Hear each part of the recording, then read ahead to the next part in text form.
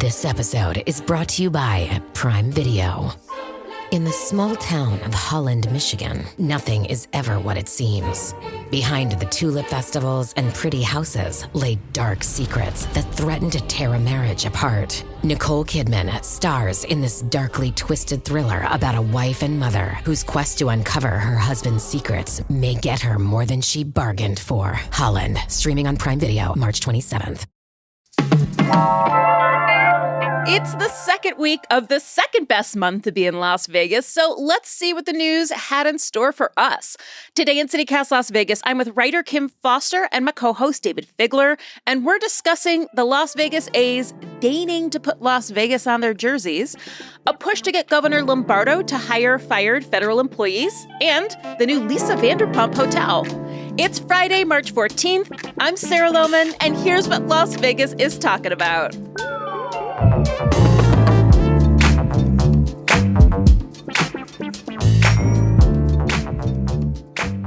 Good morning, Dayvid and Kim.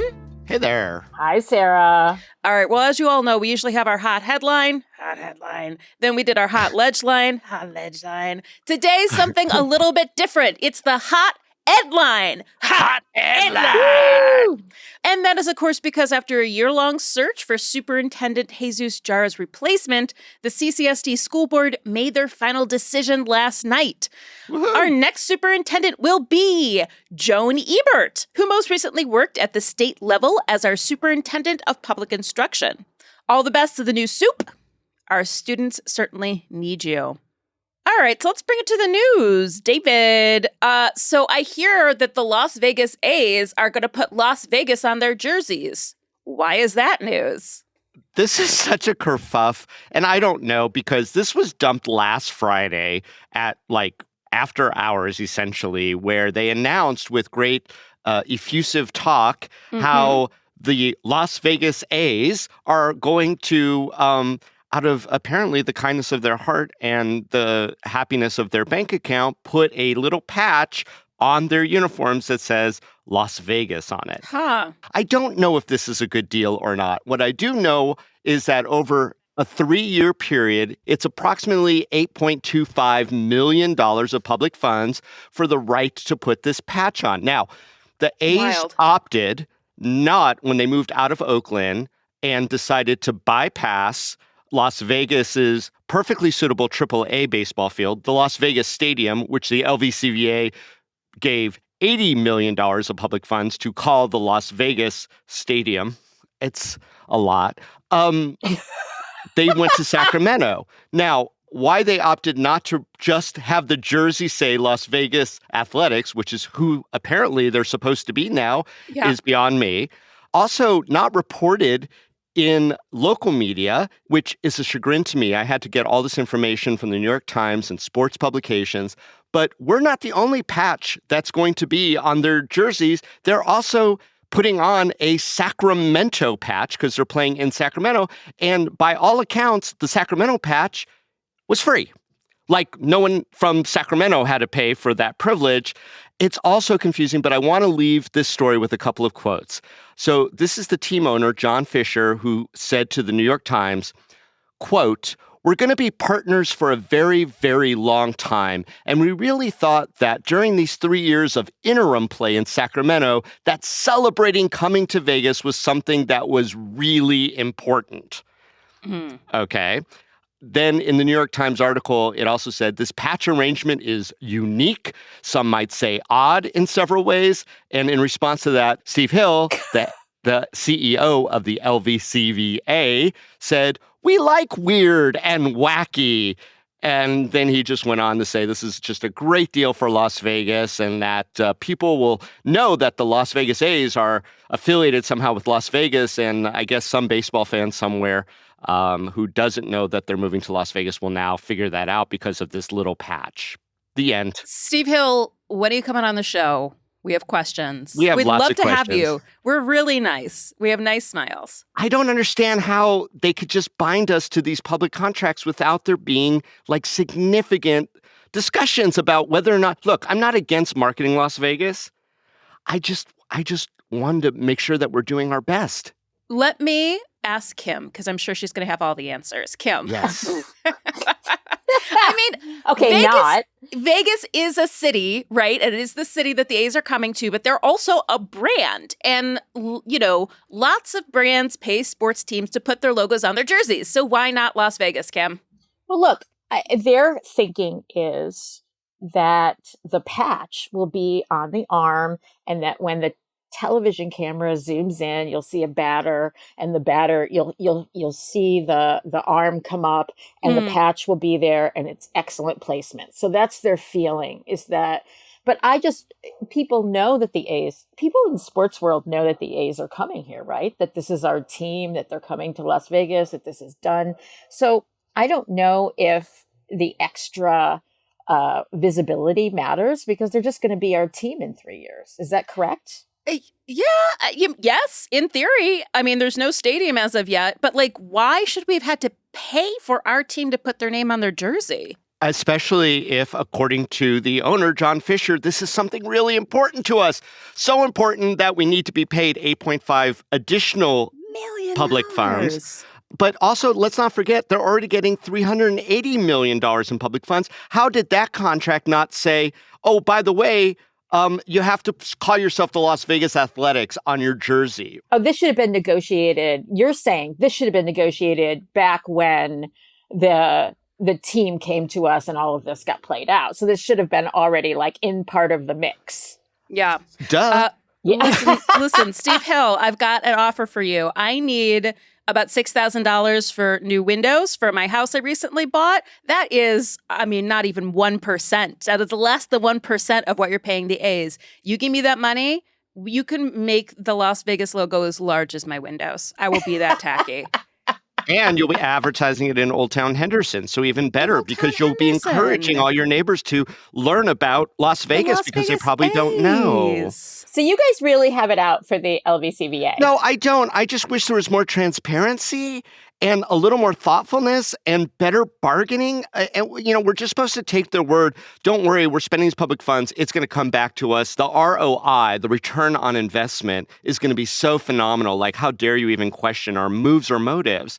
Yeah. And that's not how it's supposed to work with a pseudo-public entity. And I'm really disappointed in the various jurisdictions whose members serve as the board of directors that they don't require these kind of questions or public hearings on these type of things. I mean, almost $8.5 million, that's not nothing. And that's something of public funds that, who knows if this is the best way to be spending that money. But we're supposedly not supposed to ask, and we're naysayers or bad people by even asking it on this podcast. That seems to be how we're cast on CityCast. Just really need those windows, Kim, and I don't have money for them. I have windows, but I think they got replaced after the PepCon explosion, so they've been here a while. Okay, little local history for y'all. So regardless of how we feel about the LVCVA. Did I get all the letters? I did it. I'm finally a Las Vegan. Give me my passport. Regardless how we feel about them, okay? And regardless of how we feel about the relocation of the A's to Las Vegas, because there's certainly been a lot of hesitation or maybe even opposition to it locally. No one seems really jazzed, but it is a done deal. So should we rally behind the A's for the sake of our city? Is it time to start getting pumped? I don't know that it's a done deal. I think it's a fake it till you make it deal. I think that they're doing everything they can to keep that dream alive, but they haven't sealed the deal. The last thing was, where's the financing coming from? And the family, who are very rich. The Fisher family are, that's the Gap money, the Gap retail outlet. Look, at the end of the day, they're going to become Las Vegans, and we need to rally around them and support them. I think as residents, we can have our favorite teams, right? Sure. We can have our favorite teams. Maybe it's hockey, maybe it's football, maybe it's women's basketball. Hockey like us. But we have to rally around our teams. Once they come here, we will end up rallying around them and accepting them, even if inside we feel it's all a little problematic and kind of unpleasant. What a sweet disposition you have, Kim Foster, and it's inspirational. She's a really nice lady. I didn't see that happening with the Raiders, who still have way more visitor guests than locals at any of the games. That's good for us too, right? Maybe, maybe too. it's all good for us, but I just don't know that the marketing agency should be able to have a blank check to give money to any private business that they want, especially when we're already giving them public funds. It seems weird to me. It seems fishery to me. It's a very Vegas way of doing things, and that the Raiders is a great example. We're not super jazzed about it. There's been a lot of controversy, but it does bring a lot of visitors here, as I'm sure the A's will as well. That being said, the baseball season is in the summer, so maybe it's not the best time to boost visitorship. I love the Aviators, and I didn't need to know that it's called Las Vegas Stadium. That was $80 million, as mentioned. Of public funds to call it that. What were they going to call it? You should go to Bakersfield Stadium. It doesn't make any sense to me. I still don't know where this is going. I think that they're really, really trying everything they can to keep hope alive, but I still think there might be an off-ramp here. I don't know. Really? Yeah, I think there might be an off-ramp. Look, if they're successful in Sacramento, I mean, they're bending over backwards to be nice to Sacramento. Sacramento gets the free patch. We had to pay for the patch. We'd all Where's be the fine love? with that. Where's the love, A's? It does feel like it's not a done deal. I do feel like it's not happening until that stadium is built at the very least. So I guess we will wait and see. Ooh.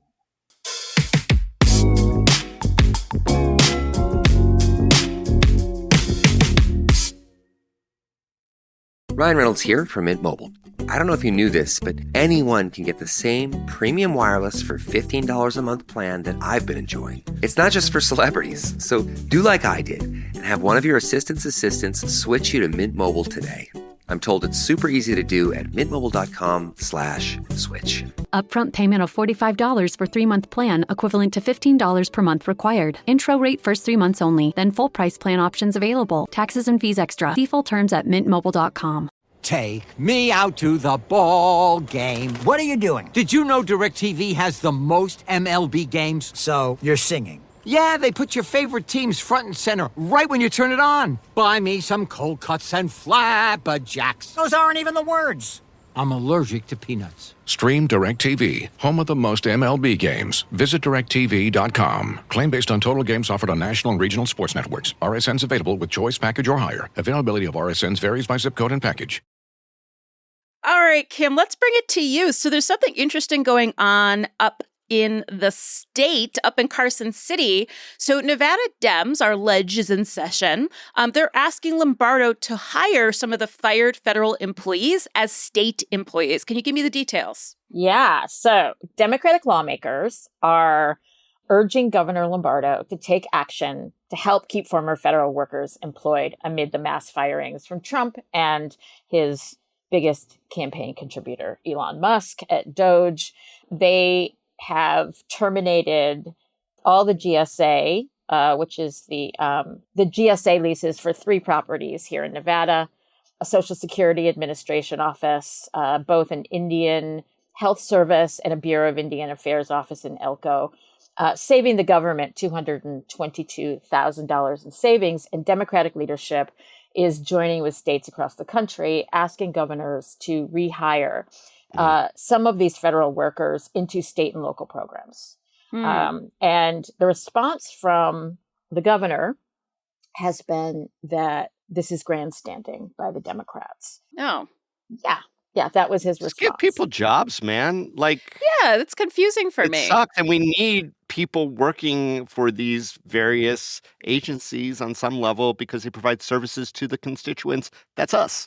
That's right. So let me ask you a follow-up question here, Kim. Is the idea that the state is going to take over some of the things that were previously offered federally, like staffing at Lake Mead, for example, and that the state would put the funding in to keep those staffing numbers up? Is that kind of the idea? No. Or is it just like, hey, take a look at these resumes and see where we can put them? That's exactly what it is. Yeah. Oh, interesting. Because we're not allowed to usurp federal lands for stewardship. So they're going to theoretically just be not tended to?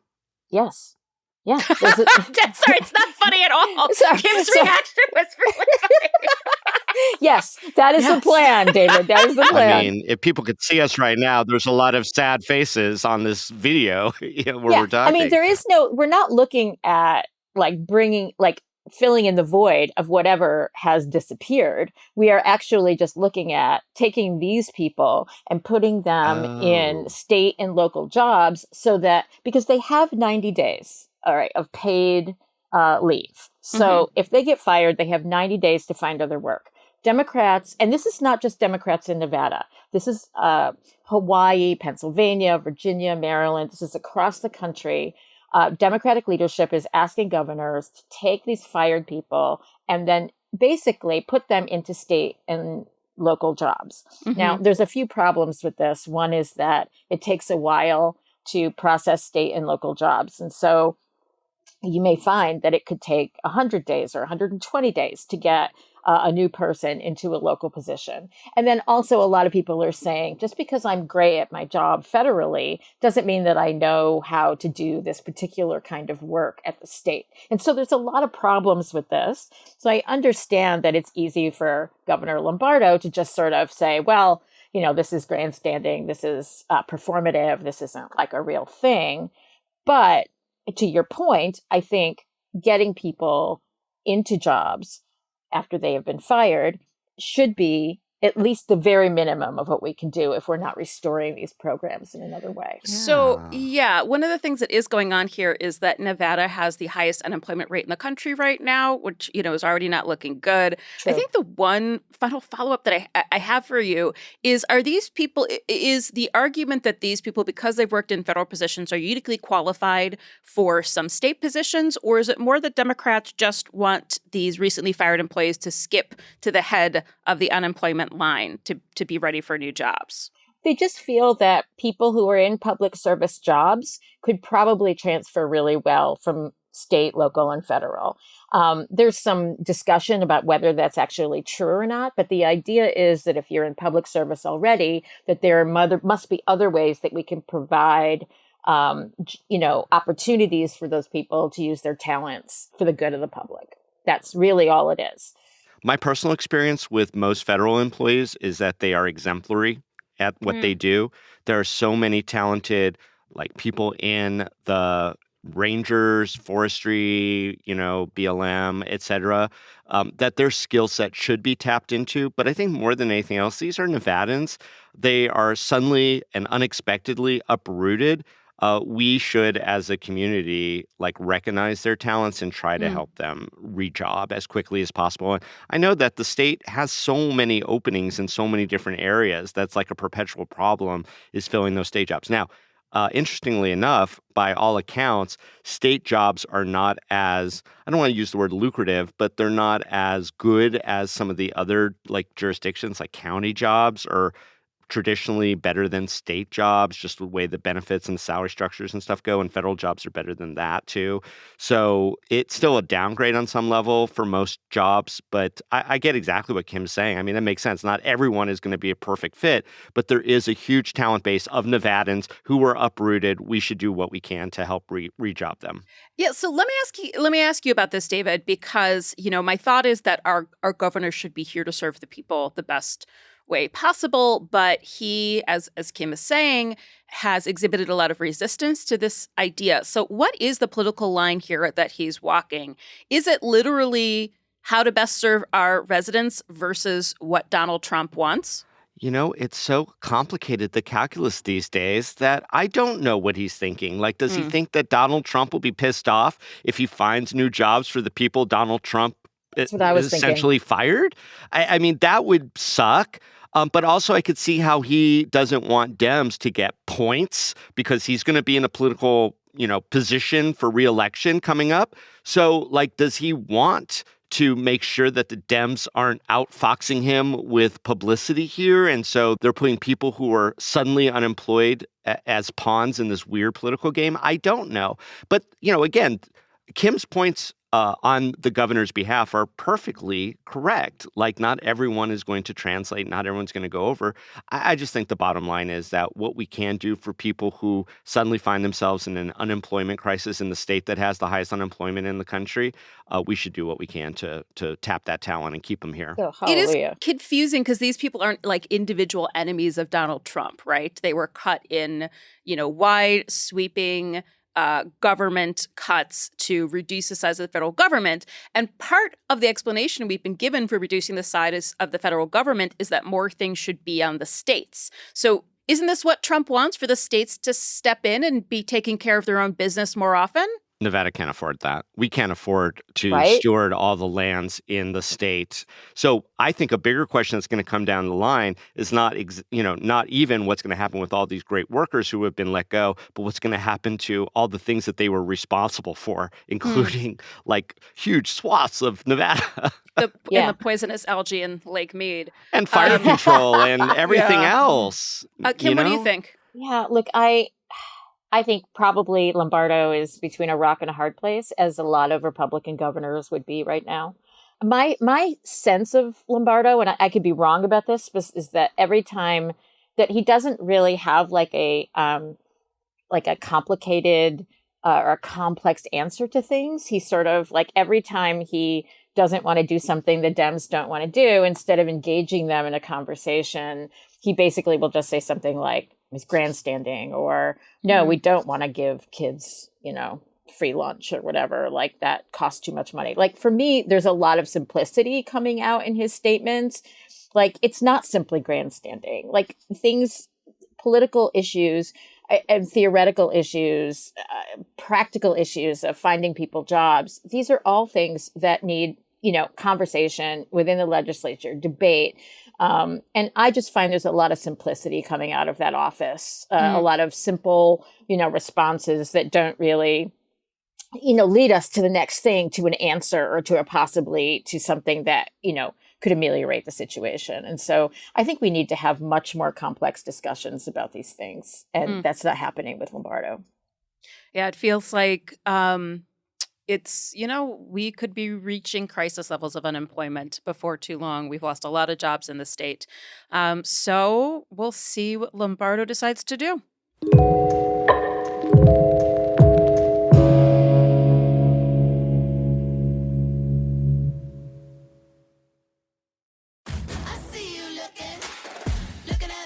Hey, what's up? It's Wanda Sykes. I'm here to remind you about something super important, getting your breast screened. Because trust me, your breast health should be a priority. Early detection for breast cancer can change the game, which is why you should visit yourattentionplease.com to learn more. And do me a favor, if you've already had a breast cancer screening, remind your friends and family to visit yourattentionplease.com too. We gotta look out for our girls. ¿Hablas español? Sprichst du Deutsch? Kan du norsk? If you've heard that sound from Babbel before, I bet you do. Babbel is the science-backed language learning app that actually works. With quick 10-minute lessons handcrafted by over 200 language experts, Babbel gets you on your way to speaking a new language in just a few weeks. With over 16 million subscriptions sold and a 20-day money-back guarantee, just start speaking another language with Babbel. Right now, up to 55% off your Babbel subscription at babbel.com/Spotify podcast. Spelled BABBEL.com/Spotify podcast. Rules and restrictions may apply.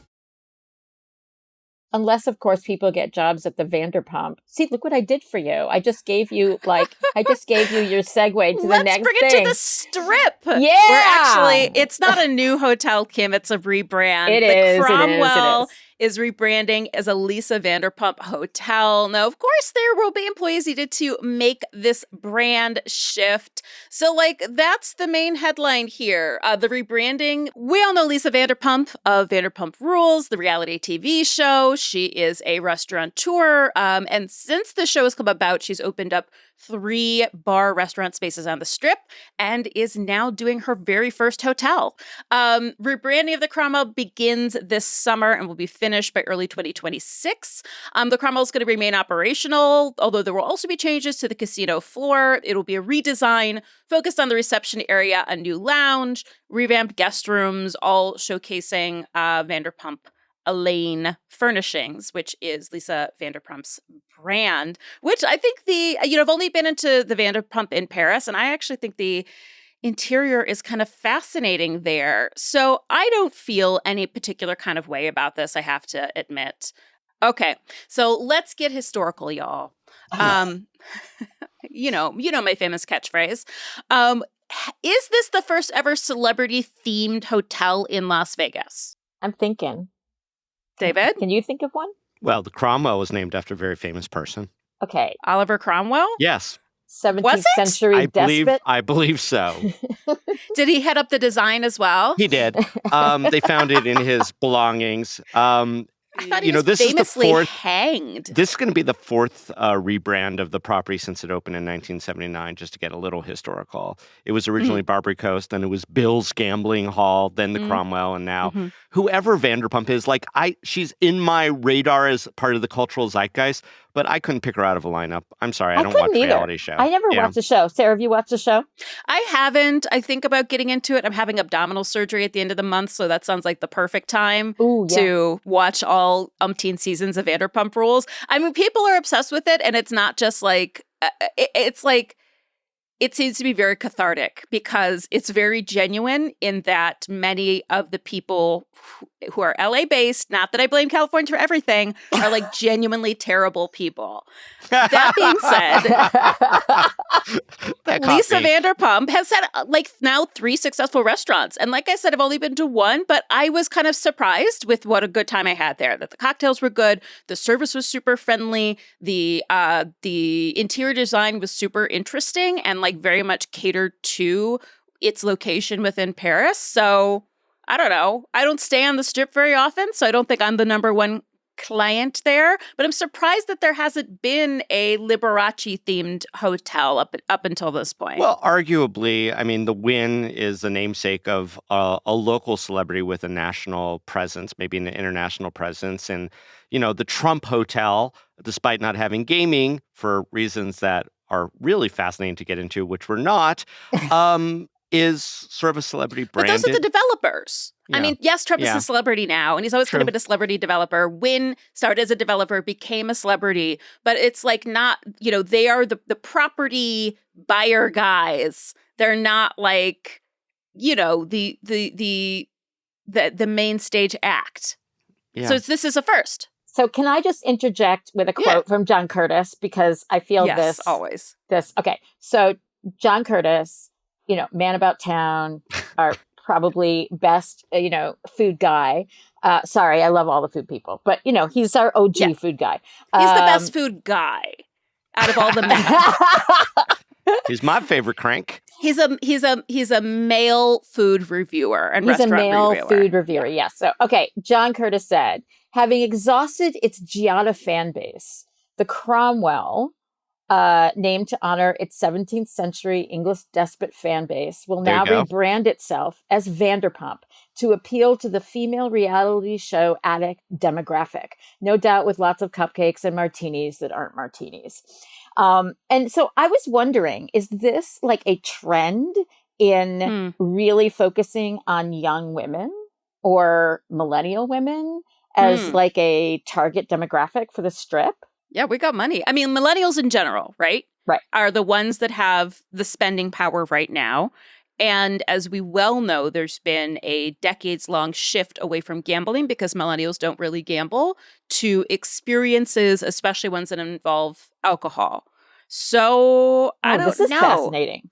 Yeah, I mean, I don't know what the Oliver Cromwell fans wanted. It's so funny. It was so random, man, when that got rebranded. Back when? I never made the connection. I assumed it was some developer, some British developer that I had not heard of, right? All right, so this is news to me. So if this is our first celebrity-themed hotel, which to be fair, she is a business lady, and so this is just sort of a new venture for her. And she is a restaurateur, legitimately she's a restaurateur. Yeah, exactly. So it's a slight shift, but it's in line with who she was even before this show. Mm-hmm. But if we're going to go full throttle celebrity themed and headed hotel, what is the hotel? What is the celebrity? What is the hotel? And what does it look like?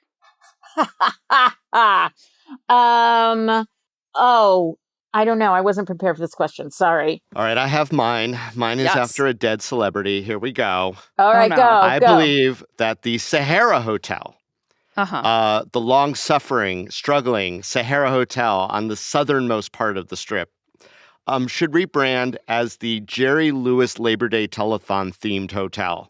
Into it. Yeah, that's where he used to broadcast his national muscular dystrophy telethon to raise money for Jerry's kids. We're They all always old had enough to remember, even me. I think we are. And they always had this wide swath of entertainment that was there. It was the place where the Rat Pack was reunited. Frank Sinatra brought Jerry Lewis back together with Dean Martin. I mean, it's so storied. And there's little like nods to that era at the Sahara, but I think they need to go full on Jerry.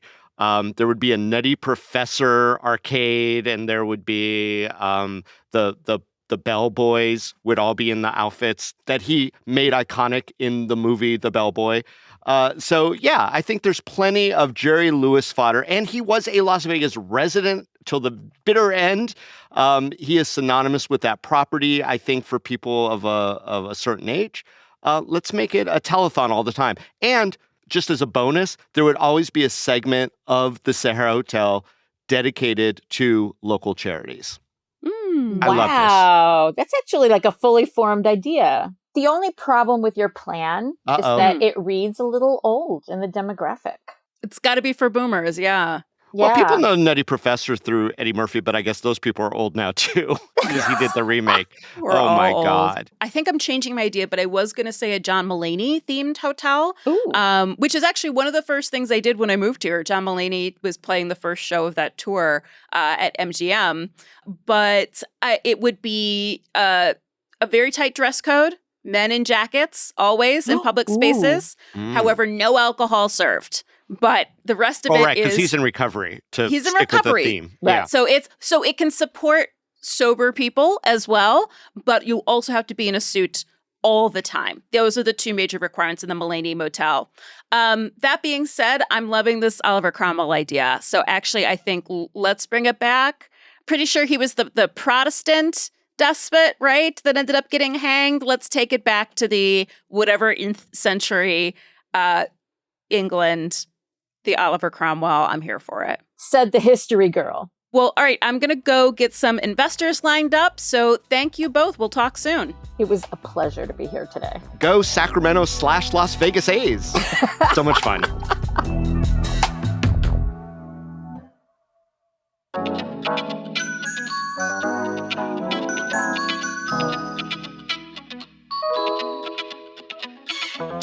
And that's all for today here on CityCast Las Vegas. Our executive producer is Sonia Cho Swanson. Our producer is Layla Mohammed. Our roving producer is Francisco Kilgore.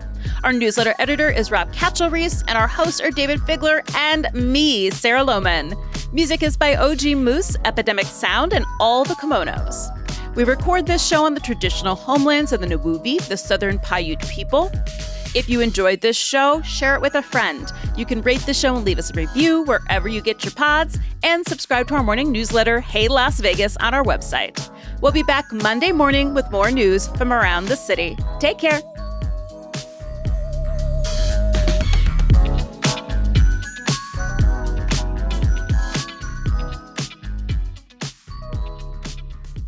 Kim, is there a cat on your lap? No. Well, oh, wait. Oh, is there snoring? Sorry. It was me. There's a pug in the room. I'll go in the bathroom.